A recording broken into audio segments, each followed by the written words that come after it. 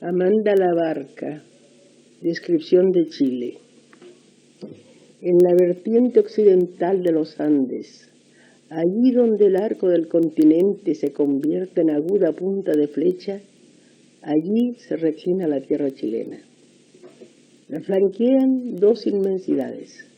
Por un lado, los Andes gigantescos, pétreos, nimbados de nieves eternas y de huracanes.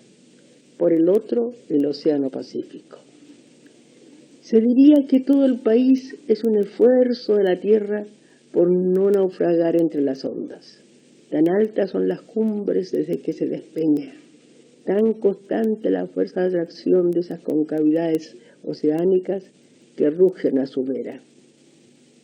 Desde el norte hacia el sur, la estrecha banda de tierra atraviesa todos los climas y todas las latitudes, desde el trópico hasta las cercanías del polo. Pero su trópico es fresco y sus tierras templadas son frías, porque los vientos que se despeñan de la montaña llegan transidos de nieves eternas, y las brisas que soplan desde el mar se estremecen al calofrío de la corriente de Humboldt, que baña las costas de Chile y que trae el equinoccio, el hielo de los abismos oceánicos. Todos los climas y todas las formas de maridaje entre la tierra y los elementos. En el norte, la pampa salitrera sin una gota de agua y por ende sin un árbol, sin nidos, sin un ave ni una hierba. Después, los valles transversales que serpentean de la cordillera al mar, cañadas profundas por donde corren hilillos de agua que prodigan feracidad pasmosa a las estrechas lenguas de tierra de sus riberas. Allí fructifica el naranjo, el aguacate, la chirimoya. Los higos se hinchan de miel y las uvas dulces y sabrosas se transforman en vinos de consagrar. Estos cerros y valles transversales cierran por el norte el panorama de nuestra hondonada céntrica. He aquí la cuna de la raza.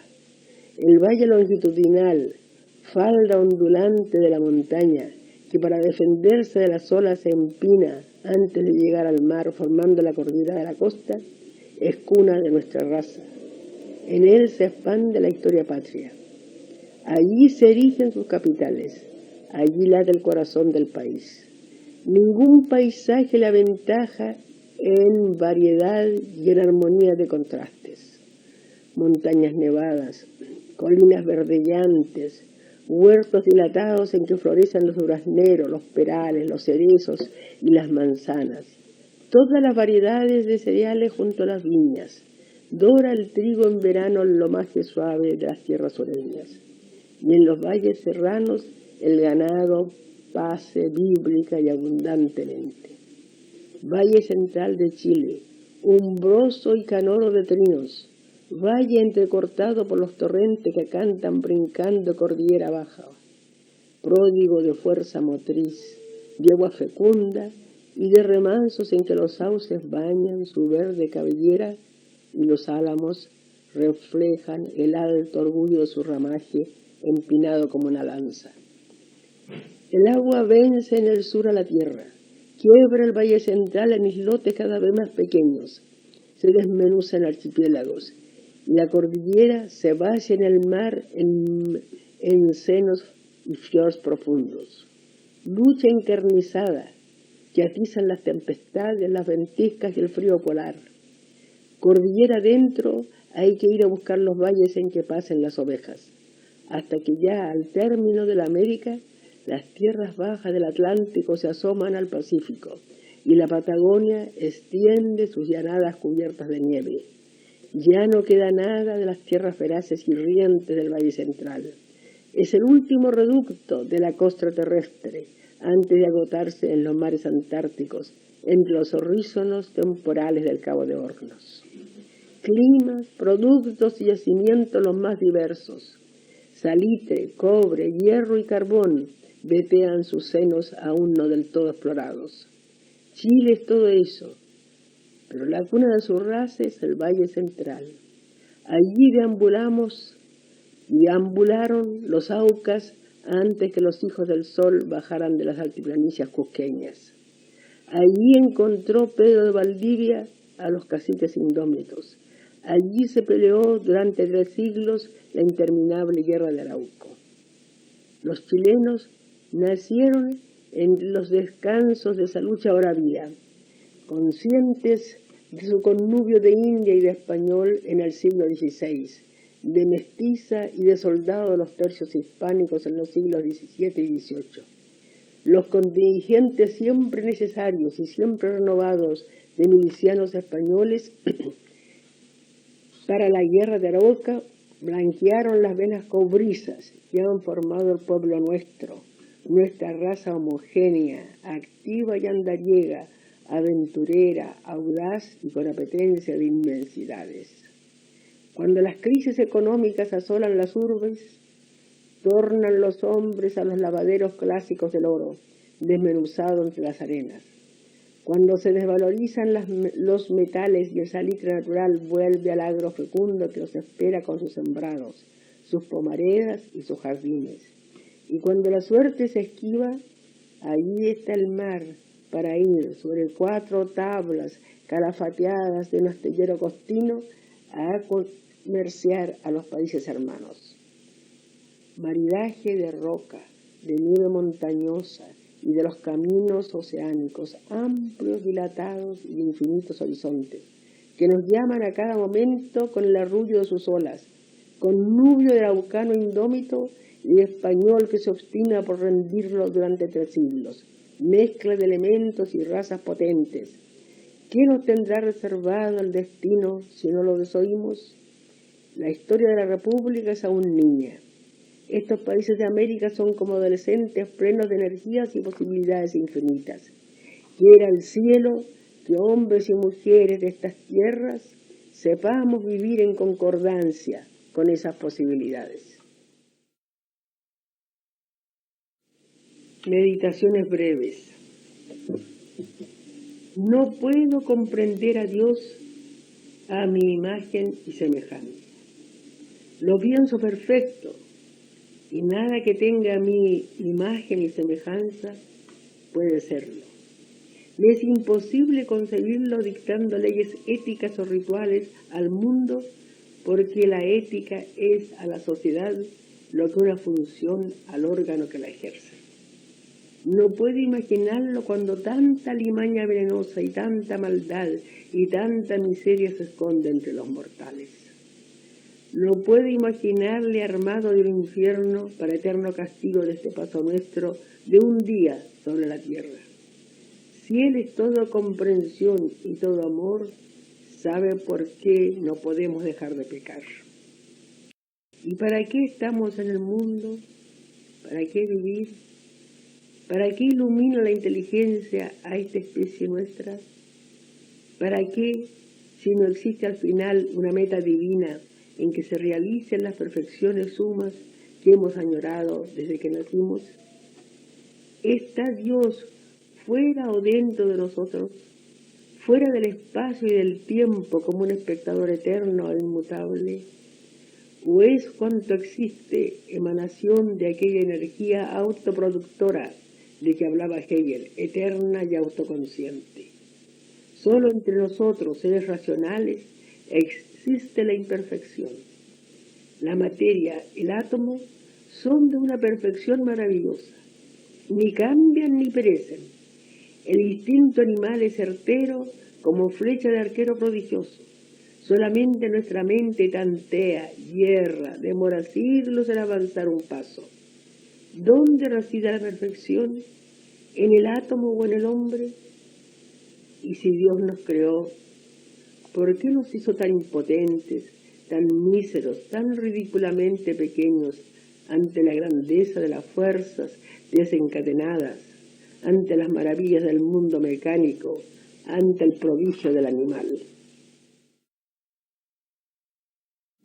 Otras meditaciones. ¿Llegamos?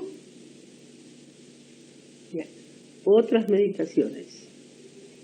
Hemos de descubrir una nueva filosofía que respete al ser humano por igual en sus 2 expresiones, espiritual y material, o que conciba a ambas a la manera de William James, como el anverso y el reverso de una misma esencia. Pienso sobre todo en la función vital por excelencia, la del sexo. Hay que despojarla de toda esa aura de pecado, de escarnio o de vileza. Pensar en ella sana, alta, honorablemente. Disciplinarla, naturalmente, pero no ahogarla hasta que estalle o reducirla a cosa abominable. En los últimos años hemos aprendido a respetar la naturaleza del niño.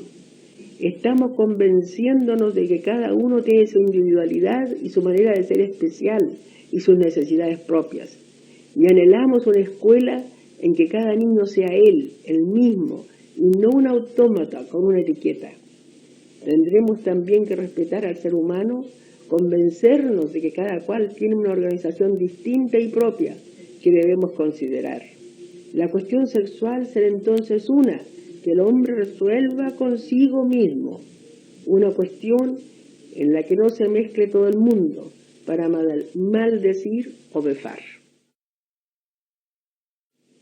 Amanda Labarca, Evolución Femenina.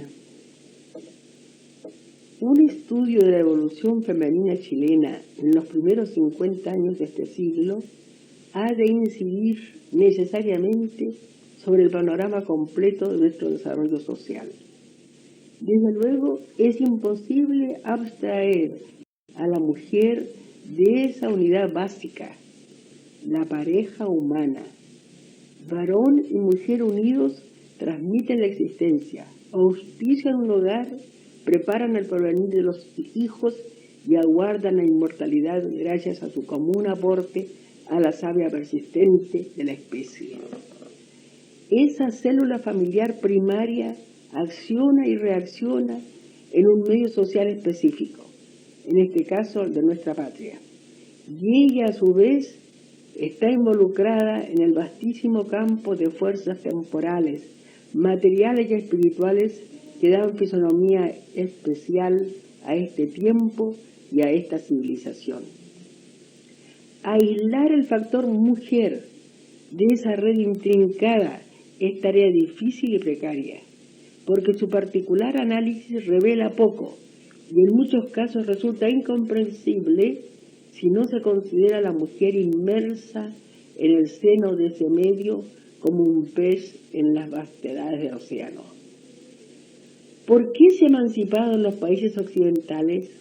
¿Por qué algunas fueron inconformistas, masculinizadas y rebeldes? ¿O por qué estuvieron impelidas por las fuerzas que desencadenaron la revolución industrial y democrática? ¿Fueron las protagonistas de un acontecimiento histórico o sus primeras víctimas? En libros anteriores he procurado dilucidarlo con acopio de argumentos y datos. En mi opinión, todas, incluso las figuras señeras del movimiento, en este como en otros hemisferios, polarizaron fuerzas sociales imperativas, necesidades urgentes a las que no pudieron resistir. La vida, incluso de las vencedoras, fue más trágica que épica. Su triunfo estuvo empapado en lágrimas de renunciación por todo aquello que la tradición y los prejuicios le mezquinaban.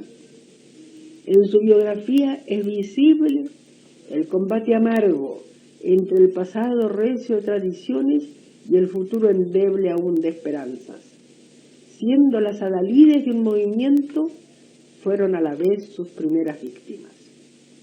Del ancho horizonte de las actividades femeninas chilenas de estos últimos 50 años, recogeremos hoy solo 4 aspectos: la forma de su vida hogareña, su conquista de la cultura, sus esfuerzos colectivos para mejorar la condición política, económica y social, y de su ascenso en la estimación pública. Muy difícil, si no imposible, sería, en este momento, extenderse en los 4 puntos que acabamos de hablar. De ellos, tal vez, lo que más importa en este instante es sus avances feministas.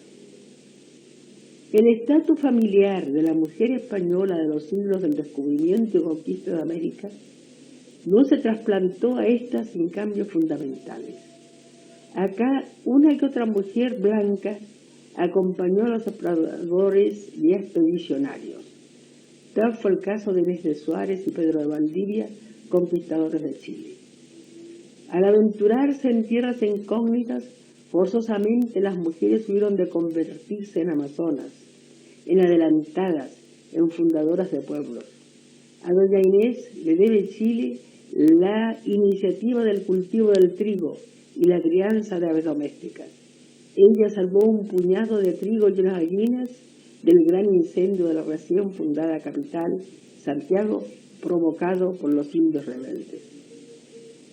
Tales mujeres sobrepasaron con mucho el marco tradicional en que hubieran movido su existencia de haberse quedado en la metrópolis.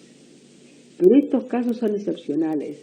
No pasaron de una minoría las damas que en tiempos de la colonia acompañaron en calidad de hijas o de esposas a los oficiales de la administración de las Fuerzas Armadas o a los simples soldados y aventureros. El común de los españoles llegó acá sin mujeres y convivió con las indias.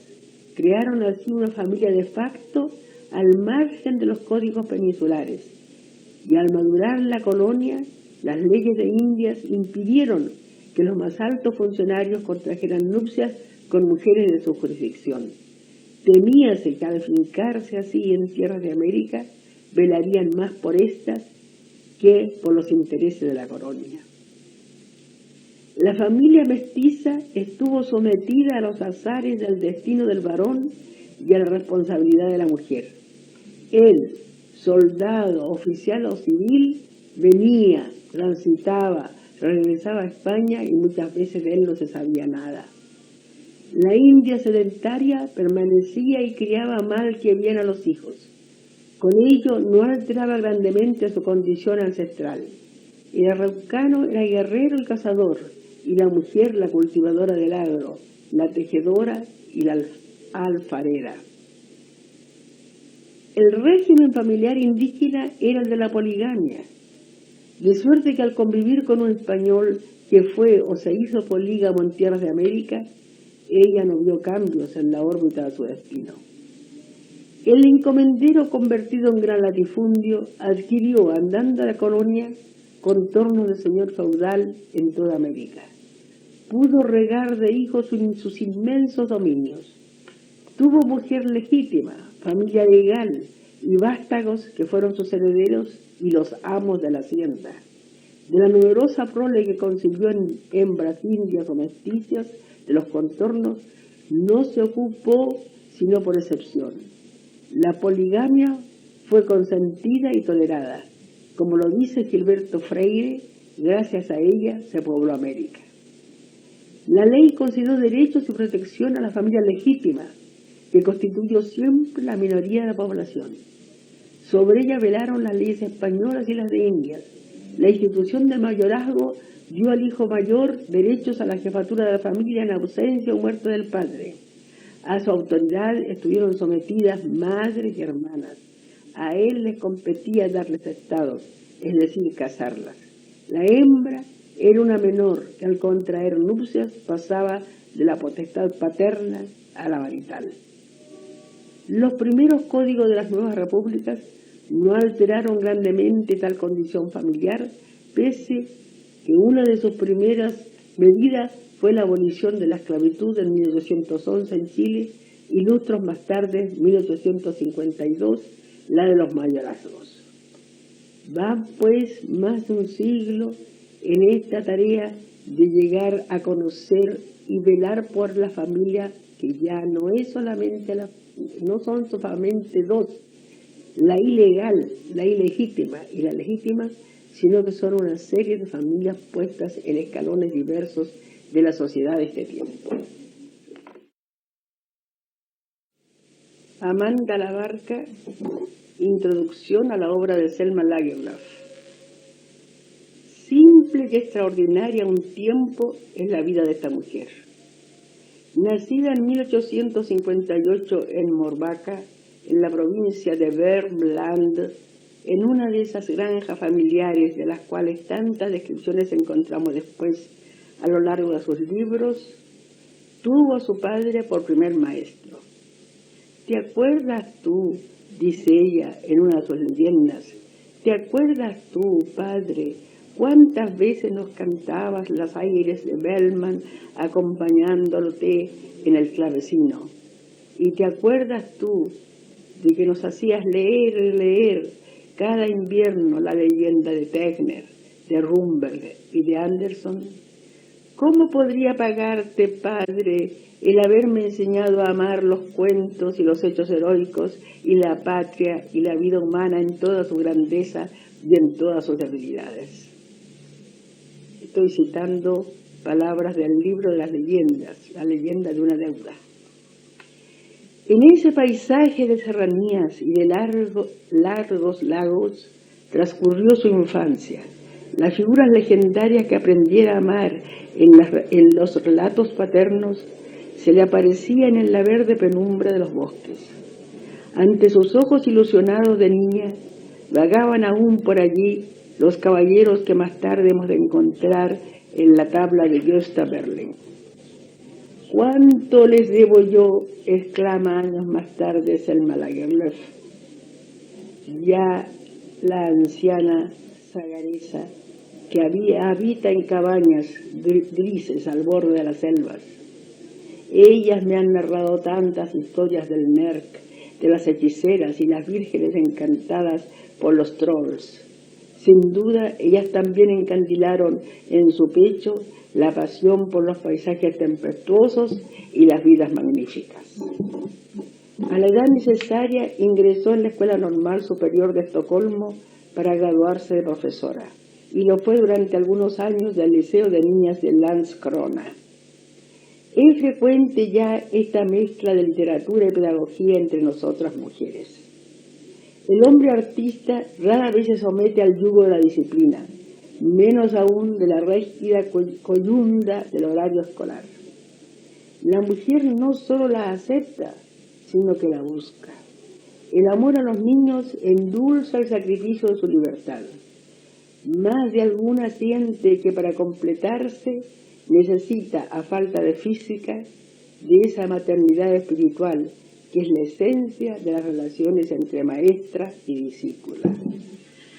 No es esta la ocasión de tratar en detalle de la especial psicología de los artistas pedagogos.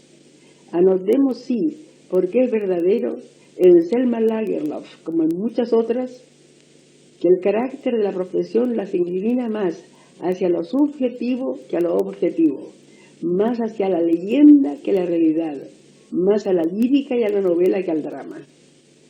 Algún día habrán de revisarse los valores históricos y sociales de un punto de vista que ahora descuidan los exégetas, el del impulso vital, de la energía psíquica que ha menester una obra literaria o un acto público. Un individuo que sobresale por merecimientos propios es un ser dotado de una mayor suma de energías, sino en la obra de arte, en la lucha diaria de la política o de los negocios, o en su arcano pasional, el hombre encuentra modo de gastar gozadoramente estas fuerzas pletóricas. Más la mujer, y sobre todo la maestra, cuando sobresale de la vulgaridad, ¿en dónde sino en el estudio, en la torturante meditación o en el análisis puede hallar esa tarea absorbente que consume el manantial casi inagotable de sus riquezas psíquicas? Las artistas maestras disponen de escaso tiempo para vivir la existencia turbulenta que las rodea, porque han de consagrarlo a la lección que una amiga espera. Su peculio modesto les impide ser mundanas, de suerte que poco a poco su sociedad se va reduciendo a los niños y a sus libros. Si de suyo fueran tímidas, las circunstancias las tornan cada vez más retraídas, más reconcentradas, hasta que concluyan por crearse un mundo solitario de seres vivos, poblado de quimeras, ensueños e imaginaciones. Muy otra es la psicología de la novelista institutriz, perenne huésped de casa ajena, Gravita en el mundo real y a veces cruel de la burguesía vista por su reverso mezquino. Palpa la miseria de los interiores. Oye los comentarios que destrozan como dentelladas. Asiste tanto a los sacrificios silenciosos como a las envidias y a los largos rencores. Y cosa curiosa, a menudo se consuela de ellos gracias a un romanticismo ingenuo que sabe a ñoñería y que en ciertas autoras llega hasta parecer hermoso, hermoso como una damisela del tiempo añejo. Selma Lagerlöf vivió sus horas de maestra, esa vida interior, esa soledad del alma que gasta en el estudio y la meditación sus energías, y escribió versos, claro está. ¿Qué otra cosa sino versos ha de escribir un ser cuya alma poderosa no cabe en los férreos marcos de su vida de mujer y de maestra? Versos, versos que si no vieron la luz pública, le enseñaron en cambio a modelar su lengua y revestir de palabras las imágenes fugitivas. Y así, pobre, soltera e ignorada de todos, llegó hasta los 33 años de su edad.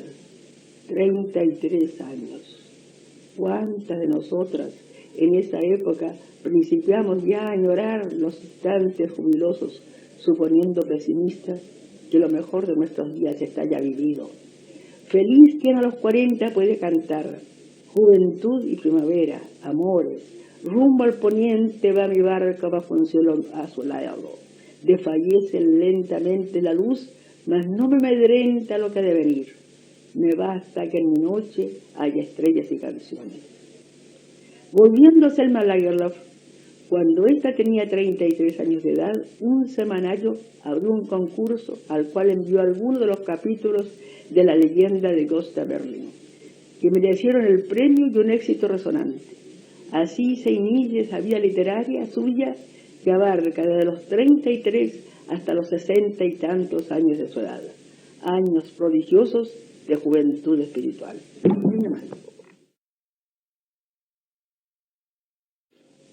Repito, manda la barca.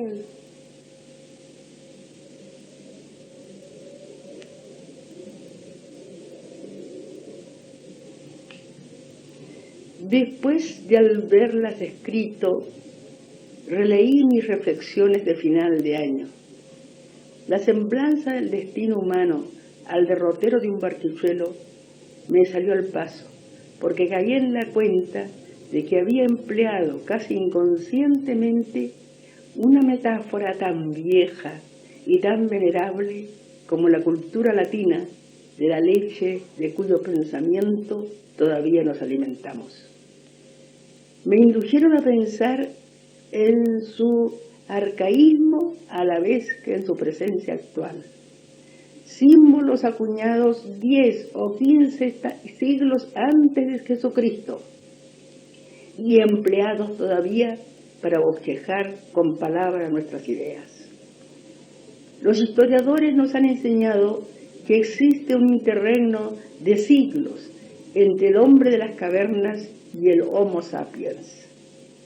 Acaeció entonces una extraña y extraordinaria mutación que hizo saltar a la especie desde las cavernas al espacio cósmico, una mutación tan fuerte que ha dado paso a 30 o más siglos de progreso material y técnico, pero el hecho de que estamos a la vez empleando símiles, conceptos y religiones seculares no implica un aviso de que ya hemos llegado al límite de las posibilidades de la especie y ya somos impotentes para crear algo nuevo, que todavía no salimos de los cuentos de hadas, la alfombra voladora, el sarcófago de cristal, las aves enormes capaces de transportar hombres de un continente a otro de la Tierra, continúan presentes en nuestros días, en los navíos aéreos, en las frigorizaciones, en los vuelos espaciales. Todo esto no está insinuando que la especie humana a la cual pertenecemos no es infinita, no sigue creando más de este barro de que somos hechos, de estos minerales que constituyen el substratum de nuestra existencia y de este cardumen inmenso de microorganismos que pueblan el aire y la capa arable de nuestro suelo. Surgirá alguna vez otro Jehová que ordene los cielos, las estrellas, los peces y las aguas de modo completamente distinto. Los sabios nos están advirtiendo ya que el universo del cual la Tierra forma parte puede estallar ante las fuerzas descontroladas del átomo. Y quién sabe si al cabo de las edades y de los siglos aparecerá otro tipo de inteligencia viviente. Mientras tanto, estamos condenados a repetir en pluralidad de formas lo que ya pensaron o dijeron las generaciones ancestrales. El paso del hombre sobre la tierra semeja al derrotero de un barquichuelo, comenté yo. Pero ¿por qué escogí esa comparación a cualquiera otra? En ese momento me pareció la más adecuada, a pesar de su vejez, y de haberla glosado en cuartetas inolvidables, ese truán genial que se llamaba Lope de Vega. No hace mucho, apenas unos 4 o 5 siglos atrás. Pobre Lope, de vida tan fulgurante por fuera y tan sórdida y desvencijada por dentro. Aunque escribía casi siempre espoleado por la prisa, sabía lo que significaba al comparar su derrotero con el de una barquilla. ¿A dónde vas, perdida? Releo la elegía. No hay una sola en la treintena de sus cuartetas que no esté aún hoy grávida de significados y de alusiones a la buena y mala aventura de sus días. Cuando por las riberas andabas costa a costa, nunca de la mar temiste las iras procelosas, segura navegabas, que por la tierra propia nunca el peligro es mucho a donde el agua es poca. Consejos de prudencia que requieren talento maravilloso para realizarlos en la vida propia. A todos, cual más, cual menos, nos tientan el mar abierto y las altas cofias. Es inútil que nos avisen. No mires los ejemplos de los que van y tornan, que a muchos ha perdido la dicha de los otros. Mas ay, que no me escuchas, pero la vida es corta. Viviendo, todo falta. Muriendo, todo sobra. No los inventaba Lope, consejos semejantes. Los repitieron los poetas del clasicismo romano y en escala infinitamente más pequeña los repetimos nosotros.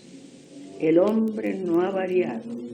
Es capaz de reflexionar, analizar, dar consejos, pero no de seguirlos.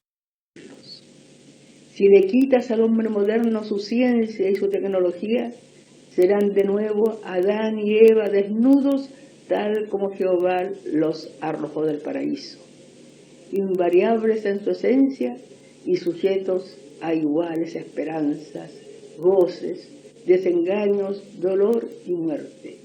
Muerte de unos para que vivan otros.